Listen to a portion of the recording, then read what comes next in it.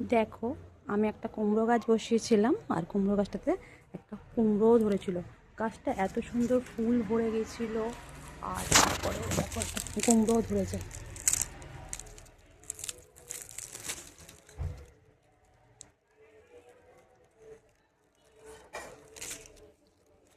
আর এত ডালপালা হয়েছিল, ফুল হয়েছিল না।